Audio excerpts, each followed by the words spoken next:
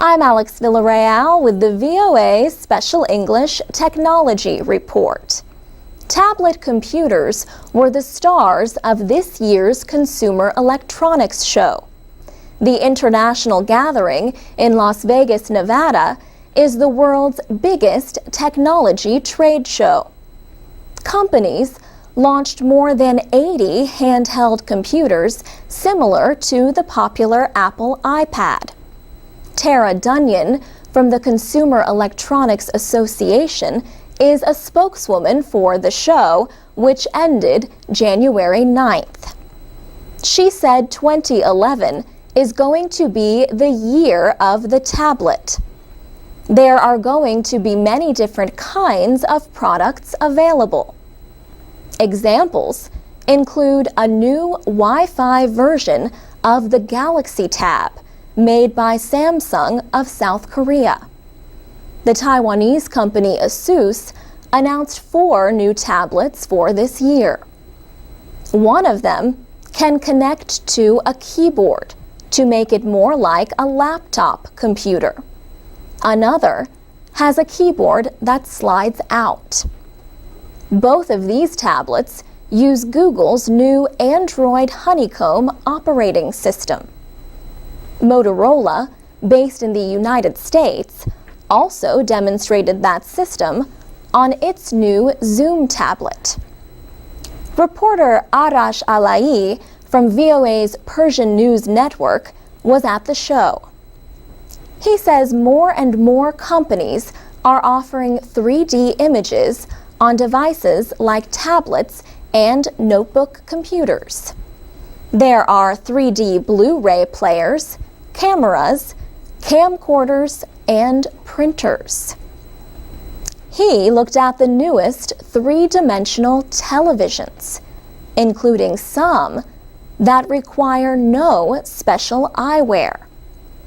He said Toshiba introduced a new line of televisions that enable users to watch 3D without wearing the glasses. Arash Alai also looked at some of the different products marketed as green technology at the show. He said many companies are selling products that run on solar energy or wind energy to recharge cell phones or other small devices. And speaking of phones, Tara Dunyan says smartphones keep getting smarter. She said superphones have 4th-generation chips in them that permit immediate access to videos and photos. Popular products at the Consumer Electronics Show also included Internet TVs and devices to stream video onto existing high-definition sets. More than 120,000 people attended the show. One big announcement involved the British company ARM and the Microsoft Windows operating system. Microsoft said the next version of Windows will work on devices that use ARM processors. For VOA Special English, I'm Alex Villarreal. This is the VOA Special English Technology Report. Amazon.com recently launched its Kindle library lending service in the United States. Millions of users of the Kindle Reader and app can now borrow Kindle books from their local public library. The company is working with Overdrive, a leading supplier of ebooks and other digital content to libraries. The service will be available through the websites of more than 11,000 local libraries across the country. Users of other devices, including the Barnes & Noble Nook and Sony Reader, have already been able to borrow library books. Experts say Amazon's entry is likely to reopen a debate between publishers and libraries over e-book lending. Bill Rosenblatt is president of Giant Steps Media Technology Strategies, a consulting company. He says, publishers and libraries are enemies that occur in nature, like snakes and mongoose. Libraries would like to be able to make books available to everyone all the time with no limitations. And publishers, of course, would like to sell more books to the public. Mr. Rosenblatt says the debate in the United States centers on what is known as the law of first sale. Once you buy any kind of media product, such as a book or a CD or a DVD or anything like that, you can do whatever you want with it. You can read it, you can give it away, you can lend it, you can resell it, you can burn it, you can use it as a frisbee, whatever you want. This law of first sale is what permits libraries to lend books over and over again without having to pay publishers each time. But it does not include digital products. Technology known as digital rights management can make e-books unreadable once they have reached a certain time or user limit. Bill Rosenblatt points out that one of the major publishers made an announcement several months ago. HarperCollins said it was only going to allow e-books to be lent out 26 times, and then they would have to be purchased by the libraries again. HarperCollins says it took the action to protect the growing e-book industry and its own book sales. But Bill Rosenblatt says critics did not see it that way. They think because a digital book lasts forever, as long as it's stored somewhere in digital form, that it should be lendable forever. He says the debate over e-book lending will likely end up in court. For VOA Special English, I'm Alex Villarreal.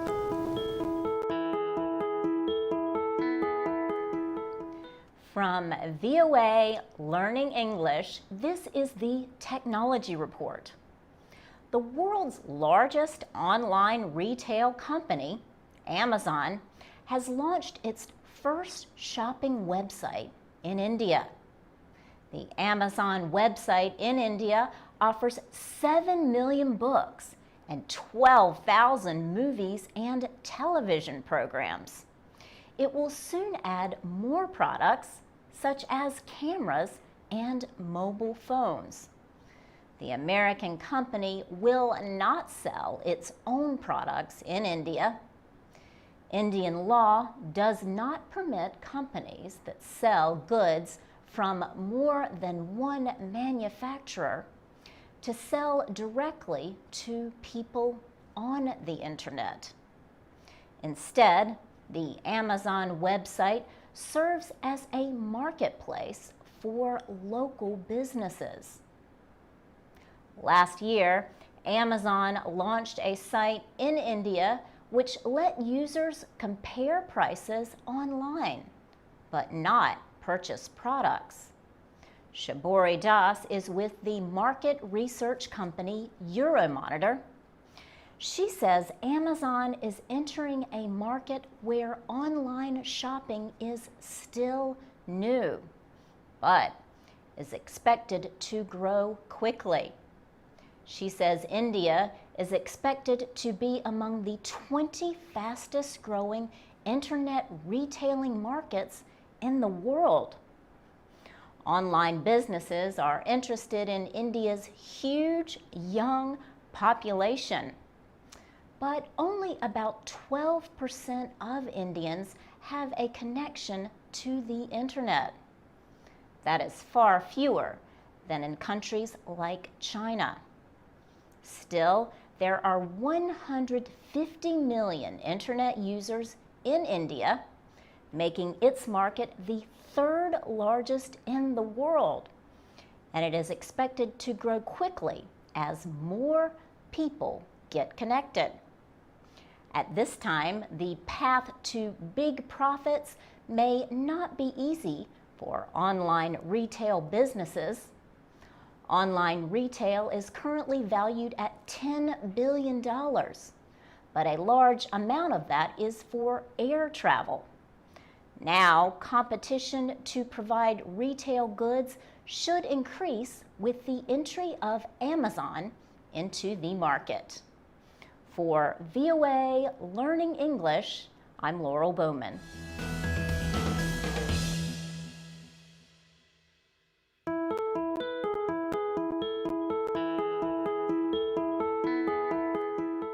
From VOA Learning English, this is the Technology Report. Alzheimer's disease is mostly a condition of old age. Today, life expectancy is increasing around the world. As a result, the number of people affected by Alzheimer's is expected to triple in some countries by 2050. People with this brain disease often have other medical needs that require the services of many healthcare professionals. Caregivers often have a hard time keeping up with all the medical information. More and more often, family members are being called on to help care for loved ones with Alzheimer's. It is a responsibility for which most people are unprepared. That is why the Hebrew Home, a private healthcare group in Riverdale, New York, developed an iPhone and iPad application called Balance. The app offers caregivers advice on recognizing symptoms and on feeding, bathing, and providing a healthy environment for the patient. It can be bought on the internet for $4. The Hebrew Home is a not-for-profit organization that provides care to 75,000 patients in New York City. David Pomeranz is its program development director. He created Balance. Mr. Pomeranz says the Balance app is designed to let users organize information so they can easily keep track of a patient's health. It helps caregivers manage doctor's appointments and share information with doctors about the patient's daily emotional changes. Interest in the app has not been limited to the United States. David Pomeranz says people in other countries are also using it. Software developers are working on a version of Balance for mobile devices using the Android operating system. For VOA Learning English, I'm Laurel Bowman.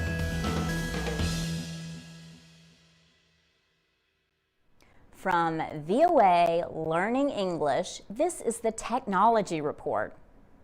Around the world, commuters in big cities spend a lot of time stuck in traffic. In America, Los Angeles and San Francisco tie for second place on the list of cities with the worst traffic.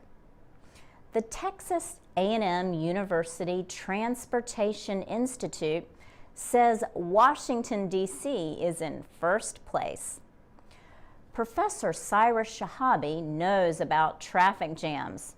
He lives more than 65 kilometers from his office at the University of Southern California in Los Angeles. He says he is always late for meetings, even with the help of a navigation system. So he decided to develop an app for his mobile phone that would help. The ClearPath app is designed to do what other navigation systems cannot. Professor Shahabi says his program uses historical data to predict traffic conditions before the driver leaves the house. The app uses traffic data gathered for more than 2 years from 9,000 sensors on the roads of Los Angeles. It also collects information on accidents. Cyrus Shahabi says his system does more than respond to current traffic conditions. With it, he says, a driver can enter what time he wants to leave on a specific date, and ClearPath will give the fastest route. It considers the entire road network, including streets and highways, before the driver begins his or her trip. A free ClearPath app for roads in Los Angeles is expected to be launched soon. In a year, the computer science professor says he hopes to have ClearPath available around the country and then in foreign countries after traffic data in other cities is collected. Cyrus Shahabi says he wants to get companies that already have navigation systems, such as Google and Apple, to use the new technology. For VOA Learning English, I'm Laurel Bowman. From VOA Learning English, this is the Technology Report in Special English. Humans are not the only ones who like to use tablet computers. The nonprofit organization Orangutan Outreach has started a program called Apps for Apes using Apple's iPad. Orangutan Outreach was started by Richard Zimmerman 6 years ago. Its goal is to protect orangutans in the wild. The organization launched Apps for Apes 1 year ago. The program introduces the Apple iPad to orangutans in zoos. Apps for Apes has 3 goals. The first is to provide activities for captive orangutans. The second is to raise awareness among zoo visitors about how smart these animals are. The third goal is to urge people to visit Orangutan Outreach's website, redapes.org, to learn how they can help protect wild orangutans.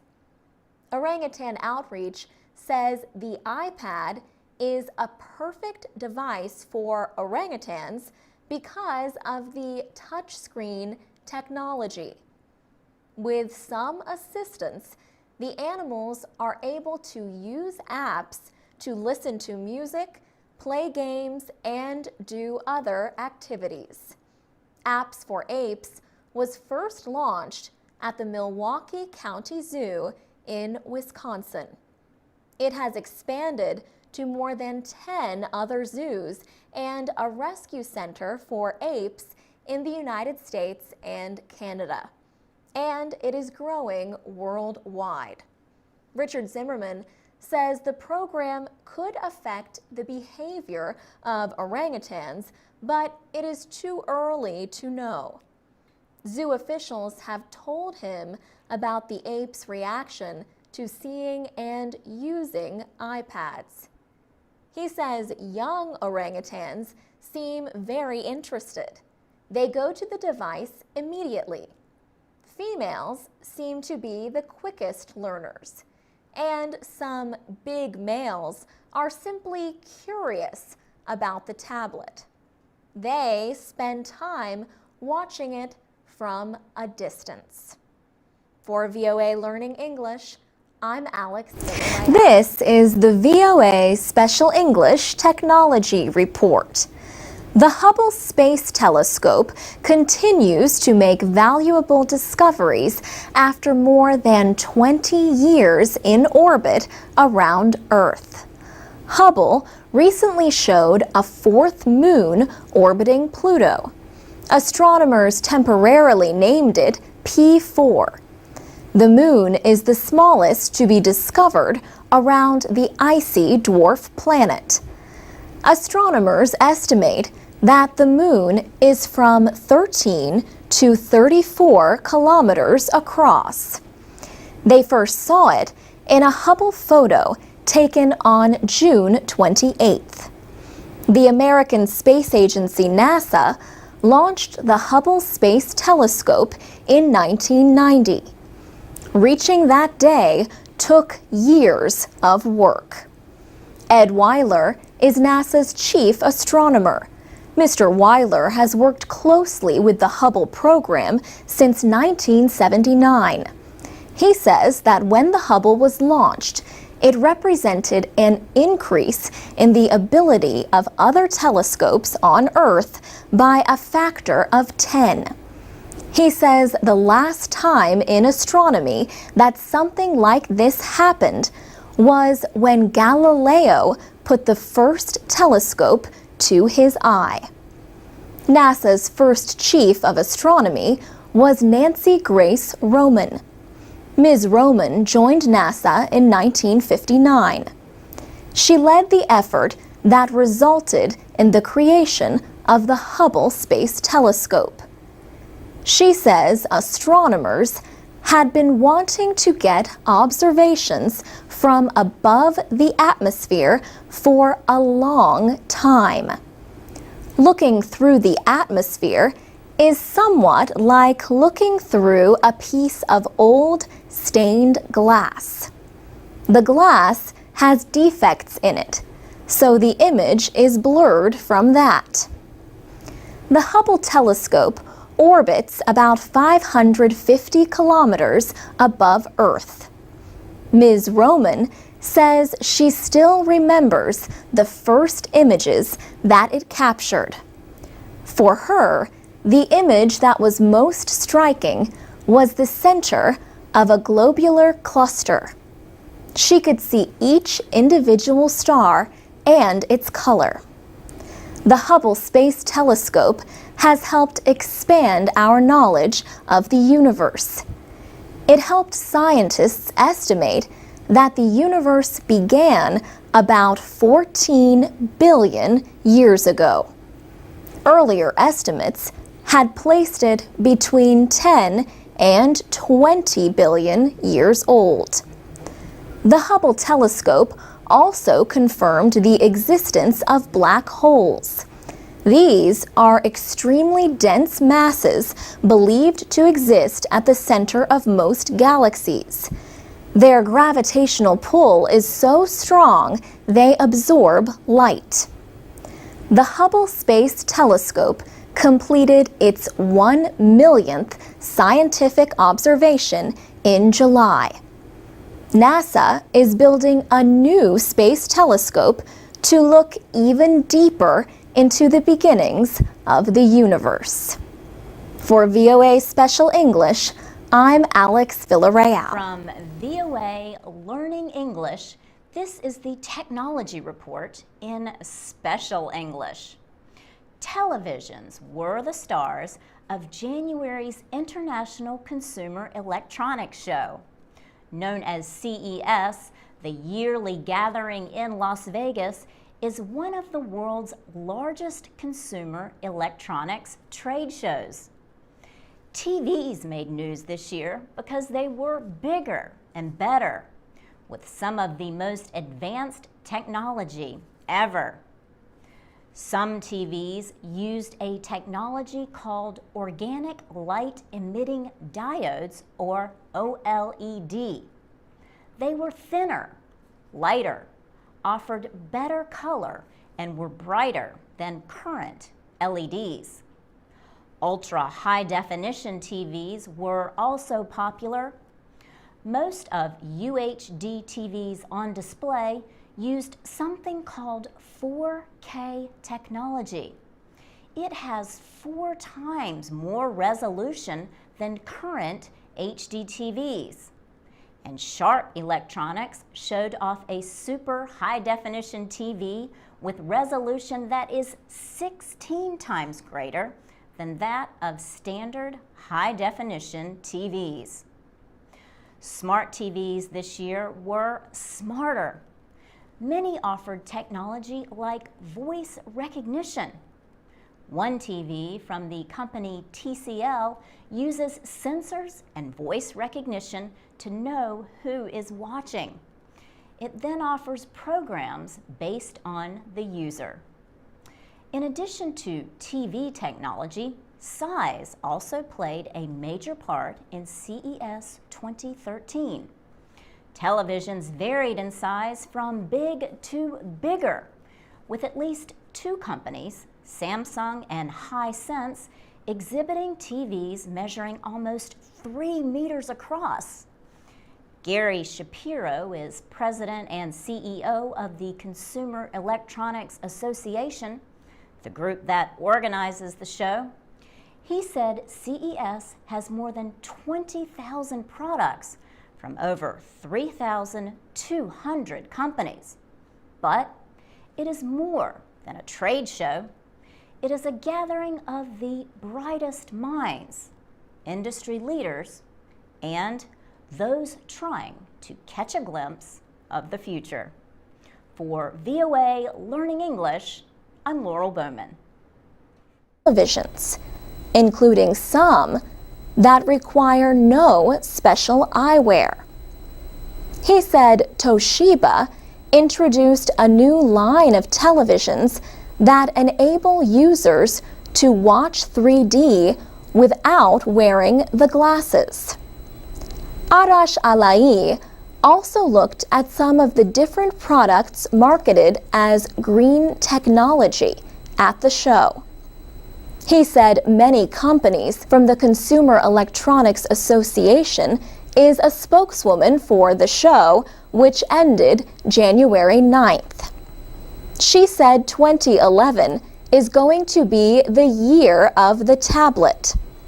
There are going to be many different kinds of products available. Examples include a new Wi-Fi version of the Galaxy Tab made by Samsung of South Korea. The Taiwanese. I'm Alex Villarreal with the VOA Special English Technology Report. Tablet computers were the stars of this year's Consumer Electronics Show. The international gathering in Las Vegas, Nevada, is the world's biggest technology trade show. Companies launched more than 80 handheld computers similar to the popular Apple iPad. Tara Dunyan, new Zoom tablet. Reporter Arash Alai from VOA's Persian News Network was at the show. He says more and more companies are offering 3D images on devices like tablets and notebook computers. There are 3D Blu-ray players, cameras, camcorders, and printers. He looked at the newest 3-dimensional company Asus announced 4 new tablets for this year. One of them can connect to a keyboard to make it more like a laptop computer. Another has a keyboard that slides out. Both of these tablets use Google's new Android Honeycomb operating system. Motorola, based in the United States, also demonstrated that system on its new